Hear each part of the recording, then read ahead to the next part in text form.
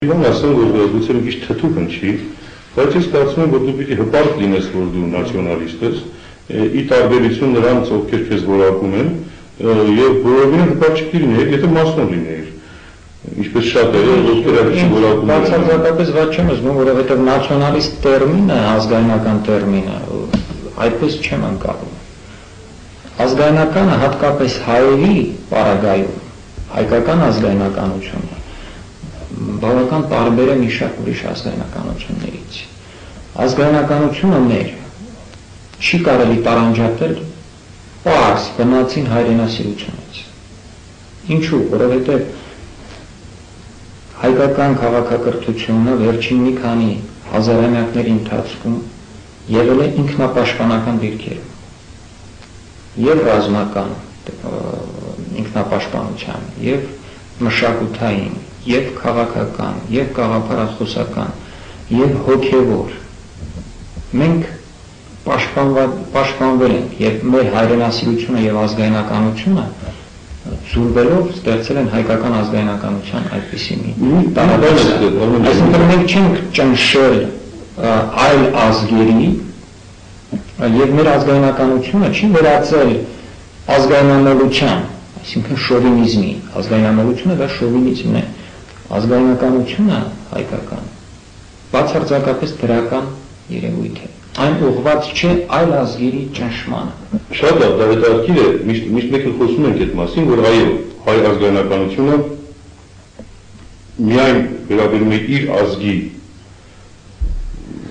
բարին լավը ճանաչելուն, արժեքները ճանաչելուն եւ պահպանելուն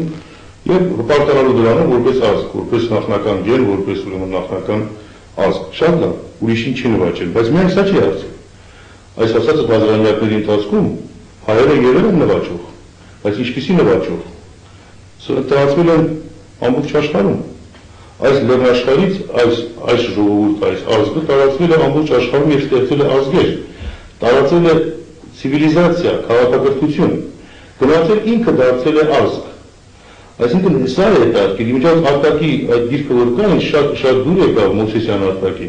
բարեպաշտ արքաների աշխարհակալությունը։ Ես ինչ հետաքրքիր աշխարհակալություն է սա ուրեմն։ Մարդը գնում է այնտեղ դարձել աշխարհական եւ նվիրում է այդ բոլորը։ Ես հատուկ շեշտեցի, որ վերջին հազարամյակների ընթացքում հայկական ազգայնական հայ ազգը եղել է ինքնապաշտպանական դիրքերում։ Հատկապես մեր թվարկությունից առաջ առաջին հազարամյակը,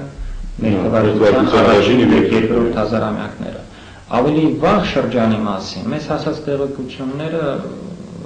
այդքան շատ չեն, բայց այն ինչ որ դուք ասում եք, իհարկե իր լուրջ հող ունի։ Ամենայն դեպս, ուրեմն մեկը երկրորության հարցն էր, որը կեղծված է ամերիկյան հայագիտության նվաճումներից մեկն է կարելի ասել։ Երկրորդը, մեր ազգային մեծություններից շատերը, մեր ազգային խորհրդանիշները, մեր ազգային սիմվոլները պարզապես սևացված են։ Օրինակ Մովսես Խորենացին։ Մովսես Խորենացին անվանված է մի լկտի եւ կեղծարար խաբեբա, առաջին կարգի աճպարար։ Ես այս գրքում տալիս եմ այն բոլոր ածականները, որ տրվել են Թոմսոնի կողմից, որը Հարվարդում մոտ 20 տարի շարունակ հայագիտությամբ զբաղվող միակ գիտնականն էր, որը մինչև այսօր գովերքում են սփյուռքահայ շրջանակները, իհարկե նա ֆինանսավորվել է հայերի փողերով, ինչպես եւ ամբողջ ամերիկյան հայագիտությունը։ Այնուհետև նա վերջին մի քանի տարի մոտ Օքսֆորդում էր հայագիտությամբ պարապում։ Ուրեմն պատկերացնում եք մի հեղինակ, որը անվանարկում է, սևացնում է մեր պատմահորը, մեր քերթողահորը, եւ այդ հեղինակը վայելում է ամենամեծ հռչակն ու հարվածը հայկական շրջանակներում եւ ֆինանսավորվում է հայկական շրջանակների կողմից։ Սա բավական բարդ բացատրություններ կան սրա հետևից կանգնած, գուցե գիրքս ավելի կօգնի։ Չէ, շատ բարձր է բացատրությունը, սա օտարամոլությունն է, թերակայության բարդույթն է, սա հենց այդ ստորադասության բարդույթն է, որ օտարը եթե հայի մասին հայի անուն տա, արդեն մեծ բան է։ Դե գալիս ասում են բարև ձեզ, ասում են դե հայրեն որ սովորել է բարև ձեզ, ուրեմն սա մեծ հայասեր է արդեն։ Եթե նա այդպես էլ ասում էին, մինչև վերքից լույս տեսնեն, ասում էին, եթե զբաղվում է հայկական պատմությամբ, արդեն մենք պետք է շնորհակալություն հայտնենք։ Եղբայր, մի հատ բացեք, կարդացեք ինչպես է զբաղվում։ Ինչպես է, ինչ է գրել։ Նույնը Դագլասը մի հատ գիրք էր գրել, Դագլաս, ինչ Դագլաս էր, չեմ հիշում, The Armenians։ Եթե ինչ-որ հաստ գիրք էր ձեր ստացել է, անգլերեն The Armenians, որան Արարատի նկարն է, սա ուրեմն ամբողջ հայկական համայնքներով մեկ հենց աղմուկ էր հանել, որ տեսեք, դա ամերիկացի մարդը, իմ ամերիկացի, տեսնենք ինչ ամերիկացի, հայերի մասին գիրք եւ ամբողջ ուրեմն նախորդ սկզբնական պատմությունը հայության դարձավ նույն խեղաթյուրումն է, ծայրից ծայր։ Իսկ խորենացը վերաբերյալ, գիտես ինչպես է մտնում։ Չի ասում, որ նա ստախոս է, ասում թե գիտես ուզում էր իրեն ազգին ուրեմն աստվածաշնչյան ազգ դարձնել։ Կարծես աստվածաշնչյան չէինք, կամ չգիտեմ ինչ չէինք։ Կամ աստվածաշունչը եթե գրեցին հрьяաները, որ գոյություն չունեին այդ ժամանակ, չեմ հասկանում։ Այստեղ խորենացին ինչու է ընտրված։ Միայն խորենացին չէ, Եղիշեն օրինակ նույնպես հռչակված է որպես մի ստախոս, որը չի մասնակցել ավարայրի ճակատամարտին, չի ապրել նույնիսկ 5-րդ դարում, այլ ապրել է 6-րդ դարի վերջում, իրեն ասել է, թե ես մասնակից եմ եղել այս ամեն իրադարձություններին եւ այլն։ Ինչ է սրա արդյունքը եւ հետևանքը։ Եթե մենք խորենացուն եւ Եղիշին հանենք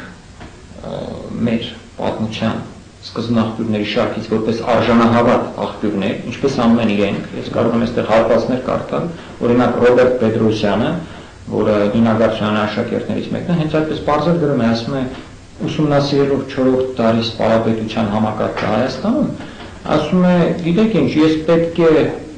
իմ սկզբնաղբյուրների շարքից ջնջեմ illuminate, հանեմ երկու